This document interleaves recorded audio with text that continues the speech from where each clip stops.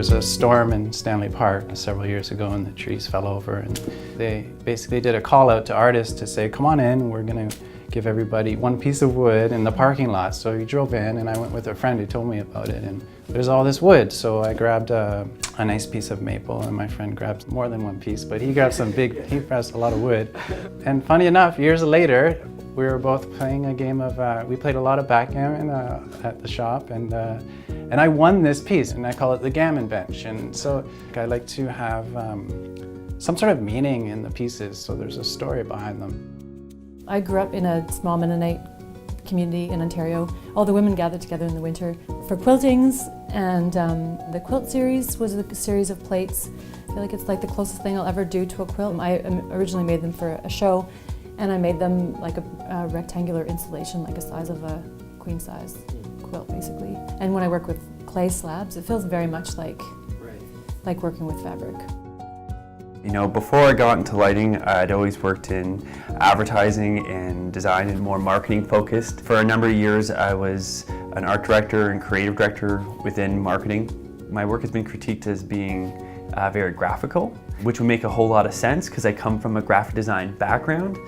It was actually through happenstance that it really took on its form. Using some of the software that we used to create these objects, the software aired out and put facets in the ring. It couldn't handle a perfect curve, and it was really an aha moment. And so we kept it and we ran with it. Dodeca being the Greek word for 12, it has 12 sides to it.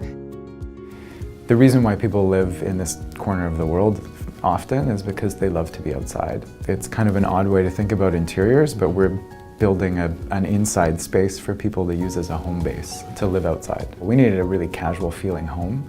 So the kitchen really became the focus and the nucleus of the home. And we started with an island. This is the center of the house. The kids are on it, they're playing, doing homework, and it became the nucleus of the whole house. The kitchen island is a quartz material, so it's as indestructible as possible.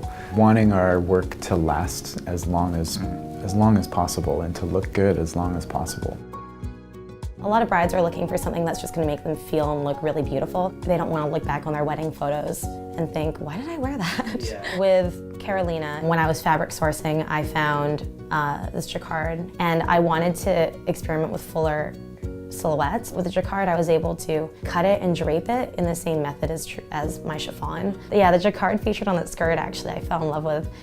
We ended up making 2 dresses with that same jacquard.